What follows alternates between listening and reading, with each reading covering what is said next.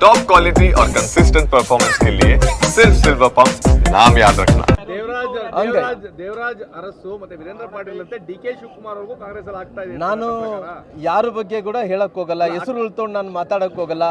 ಕರ್ನಾಟಕದಲ್ಲಿ ಕೂಡ ಮುಂದಿನ ದಿನಗಳಲ್ಲಿ ಏನು ಮಹಾರಾಷ್ಟ್ರದಲ್ಲಿ ಯಾವ ರೀತಿ ಶಿಂದೆಯ ಫಿನಾಮಿನ ಆಯಿತೋ ಅದೇ ರೀತಿಯಲ್ಲಿ ಕರ್ನಾಟಕದಲ್ಲಿ ಕೂಡ ಇನ್ನೊಂದು ಶಿಂದೆ ಫಿನಾಮಿನ ಆಗುತ್ತೆ ಅನ್ನೋಂಥದ್ದು ಕೂಡ ನಾವು ಕಾಣ್ತಾ ಇದ್ದೀವಿ. ವಾತಾವರಣ ಬಂದಿದೆ ಅಂತ ಆ ವಾತಾವರಣ ನಾನು ಬಹುಶಃ ನೀವೆಲ್ಲರೂ ಕೂಡ ನೋಡ್ತಾ ಇದ್ರಿ ಮಾಧ್ಯಮಗಳಲ್ಲಿ. ಕರ್ನಾಟಕದಲ್ಲಿ ಎಲ್ಲಿ ಕೂಡ ಒಂದು ಅಭಿವೃದ್ಧಿ ಕೆಲಸಗಳು ಕಾಣ್ತಾ ಇಲ್ಲ.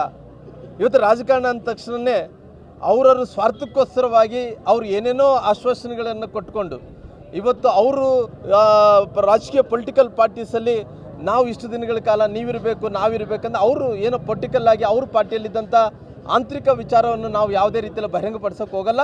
ಅವರ ಆಂತರಿಕ ಪರಿಸ್ಥಿತಿ ಏನೇ ಇರಲಿ, ಆದರೆ ರಾಜ್ಯದಲ್ಲಿದ್ದಂಥ ಜನರಿಗೆ ಒಂದು ಸುಶಾಂತಿ ಅಂದರೆ ಶಾಂತಿಯಿಂದ ಇರಬೇಕು, ಅಭಿವೃದ್ಧಿ ಆಗಬೇಕು ಅನ್ನೋಂಥ ವಿಚಾರ ಬಂದಂಥ ಟೈಮಲ್ಲಿ ಎಲ್ಲ ಒಂದು ಕಡೆ ಜನರಿಗೆ ನೋವು ಆಗ್ತಾ ಇದೆ. ಹಂಗಾಗಿ ಕರ್ನಾಟಕದಲ್ಲಿ ಕೂಡ ಶಿಂದೆ ಫಿನಾಮ ಪ್ರಾರಂಭ ಆಗುತ್ತೆ ಅನ್ನೋಂಥದ್ದು ನಮ್ಮೆಲ್ಲರಲ್ಲೂ ಕೂಡ ಕಾಣ್ತಾ ಇದೆ. ನೋಡೋಣ, ಮುಂದಿನ ದಿನಗಳಲ್ಲಿ ಎಲ್ಲವನ್ನು ಕೂಡ ನೋಡ್ತೀವಿ. ನಿಮ್ಮ ಇವತ್ತು ನಡೀತಾ ಇರುವಂಥ ಆಡಳಿತ ಪಕ್ಷದಲ್ಲಿ ಯಾರು ಶಿಂದೆ ಫಿನಾಮಿನ ಆಗ್ತಾನೆ ಅನ್ನೋಂಥದ್ದು ನೀವೇ ಕಾದು ನೋಡಬೇಕು. ಕಾಂಗ್ರೆಸ್ಸೇತರ ಪಕ್ಷಕ್ಕೆ ತಮ್ಮ ಬಿಜೆಪಿಯ ಬೆಂಬಲ ಯಾವಾಗಲೂ ಇರುತ್ತಾ? ಕಾಂಗ್ರೆಸ್ಸೇತರ ಸರ್ಕಾರಗಳಿಗೆ ನೋಡೋಣ. ಆಗಿನ ಪರಿಸ್ಥಿತಿಯಲ್ಲಿ ಅವತ್ತು ಮಹಾರಾಷ್ಟ್ರದಲ್ಲಿ ಏನಾಯ್ತು, ಕಾಂಗ್ರೆಸ್ಸು, ಶಿವಸೇನಾ, ಶರದ್ ಪವಾರ್ ಅವರು ಮತ್ತು ಬೇರೆ ಎಲ್ಲರೂ ಕಟ್ಕೊಂಡು ಮಹಾರಾಷ್ಟ್ರದಲ್ಲಿ ಸರ್ಕಾರ ಮಾಡ್ತಾ ಇದ್ರು. ಆವತ್ತಿನ ಸಂದರ್ಭದಲ್ಲಿ ಶಿಂದೆ ಅವರು ಕೂಡ ಅವ್ರ ಪಾರ್ಟಿಯಲ್ಲಿ ಇದ್ದಂಥವರೇ ಅಲ್ಲ, ಅವ್ರ ಪಾರ್ಟಿಯಲ್ಲಿದ್ದಂಥವ್ರು ಬಂದು ಹೊರಗಡೆ ಬಂದು ಒಂದು ಶಿಂದೆಯ ಫಿನಾಮಿನ ಯಾವ ರೀತಿಯಲ್ಲಿ ಪ್ರಾರಂಭ ಆಗಿ BJP ಯಾವ ರೀತಿಯಲ್ಲಿ ಬೆಂಬಲ ಕೊಡ್ತೋ ಅದೆಲ್ಲವನ್ನು ಕೂಡ ನೋಡಿದಿರಿ. ನಾನೇನು ಹೇಳೋದು ಬೇಕಾಗಿಲ್ಲ. ಮುಂದಿನ ದಿನಗಳಲ್ಲಿ ಅವು ಏನಾಗಬೇಕನ್ನಂತ ರಾಷ್ಟ್ರೀಯ ನಾಯಕರು ತೀರ್ಮಾನವನ್ನು ತಗೊಂತಾರೆ. ದೇವರಾಜ್ ಅರಸು ಮತ್ತೆ ವೀರೇಂದ್ರ ಪಾಟೀಲ್ ಅಂತೆ ಡಿ.ಕೆ. ಶಿವಕುಮಾರ್ ಅವ್ರಿಗೂ ಕಾಂಗ್ರೆಸ್ ಅಲ್ಲಿ ಆಗ್ತಾ ಇದೆ. ನಾನು ಯಾರ ಬಗ್ಗೆ ಕೂಡ ಹೇಳಕ್ ಹೋಗಲ್ಲ, ಹೆಸರು ಉಳ್ಕೊಂಡು ನಾನು ಮಾತಾಡಕ್ ಹೋಗಲ್ಲ.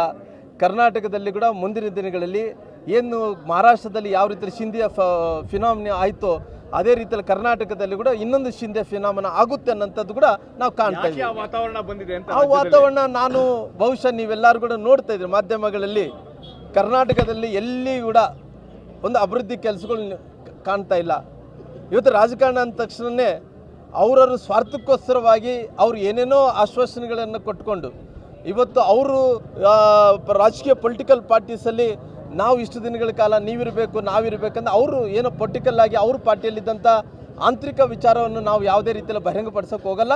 ಅವರ ಆಂತರಿಕ ಪರಿಸ್ಥಿತಿ ಏನೇ ಇರಲಿ, ಆದರೆ ರಾಜ್ಯದಲ್ಲಿದ್ದಂಥ ಜನರಿಗೆ ಒಂದು ಸುಶಾಂತಿ ಅಂದರೆ ಶಾಂತಿಯಿಂದ ಇರಬೇಕು, ಅಭಿವೃದ್ಧಿ ಆಗಬೇಕು ಅನ್ನೋಂಥ ವಿಚಾರ ಬಂದಂಥ ಟೈಮಲ್ಲಿ ಎಲ್ಲ ಒಂದು ಕಡೆ ಜನರಿಗೆ ನೋವು ಆಗ್ತಾ ಇದೆ. ಹಂಗಾಗಿ ಕರ್ನಾಟಕದಲ್ಲಿ ಕೂಡ ಶಿಂದೆ ಫಿನಾಮ ಪ್ರಾರಂಭ ಆಗುತ್ತೆ ಅನ್ನೋಂಥದ್ದು ನಮ್ಮೆಲ್ಲರಲ್ಲೂ ಕೂಡ ಕಾಣ್ತಾ ಇದೆ. ನೋಡೋಣ, ಮುಂದಿನ ದಿನಗಳಲ್ಲಿ ಎಲ್ಲವನ್ನು ಕೂಡ ನೋಡ್ತೀವಿ. ನಿಮ್ಮ ಇವತ್ತು ನಡೀತಾ ಇರುವಂಥ ಆಡಳಿತ ಪಕ್ಷದಲ್ಲಿ ಯಾರು ಶಿಂದೆ ಫಿನಾಮಿನ ಆಗ್ತಾನೆ ಅನ್ನೋಂಥದ್ದು ನೀವೇ ಕಾದು ನೋಡಬೇಕು. ಕಾಂಗ್ರೆಸ್ಸೇತರ ಪಕ್ಷಕ್ಕೆ ತಮ್ಮ ಬಿಜೆಪಿಯ ಬೆಂಬಲ ಯಾವಾಗಲೂ ಇರುತ್ತಾ? ಕಾಂಗ್ರೆಸ್ಸೇತರ ಸರ್ಕಾರಗಳಿಗೆ ನೋಡೋಣ. ಆಗಿನ ಪರಿಸ್ಥಿತಿಯಲ್ಲಿ ಅವತ್ತು ಮಹಾರಾಷ್ಟ್ರದಲ್ಲಿ ಏನಾಯ್ತು, ಕಾಂಗ್ರೆಸ್ಸು, ಶಿವಸೇನಾ, ಶರದ್ ಪವಾರ್ ಅವರು ಮತ್ತು ಬೇರೆ ಎಲ್ಲರೂ ಕಟ್ಕೊಂಡು ಮಹಾರಾಷ್ಟ್ರದಲ್ಲಿ ಸರ್ಕಾರ ಮಾಡ್ತಾ ಇದ್ರು. ಆವತ್ತಿನ ಸಂದರ್ಭದಲ್ಲಿ ಶಿಂದೆ ಅವರು ಕೂಡ ಅವ್ರ ಪಾರ್ಟಿಯಲ್ಲಿ ಇದ್ದಂಥವರೇ ಅಲ್ಲ, ಅವ್ರ ಪಾರ್ಟಿಯಲ್ಲಿದ್ದಂಥವ್ರು ಬಂದು ಹೊರಗಡೆ ಬಂದು ಒಂದು ಶಿಂದೆಯ ಫಿನಾಮಿನ ಯಾವ ರೀತಿಯಲ್ಲಿ ಪ್ರಾರಂಭ ಆಗಿ BJP ಯಾವ ರೀತಿಯಲ್ಲಿ ಬೆಂಬಲ ಕೊಡ್ತೋ ಅದೆಲ್ಲವನ್ನು ಕೂಡ ನೋಡಿದಿರಿ. ನಾನೇನು ಹೇಳೋದು ಬೇಕಾಗಿಲ್ಲ. ಮುಂದಿನ ದಿನಗಳಲ್ಲಿ ಅವು ಏನಾಗಬೇಕನ್ನಂತ ರಾಷ್ಟ್ರೀಯ ನಾಯಕರು ತೀರ್ಮಾನವನ್ನು ತಗೊಂತಾರೆ.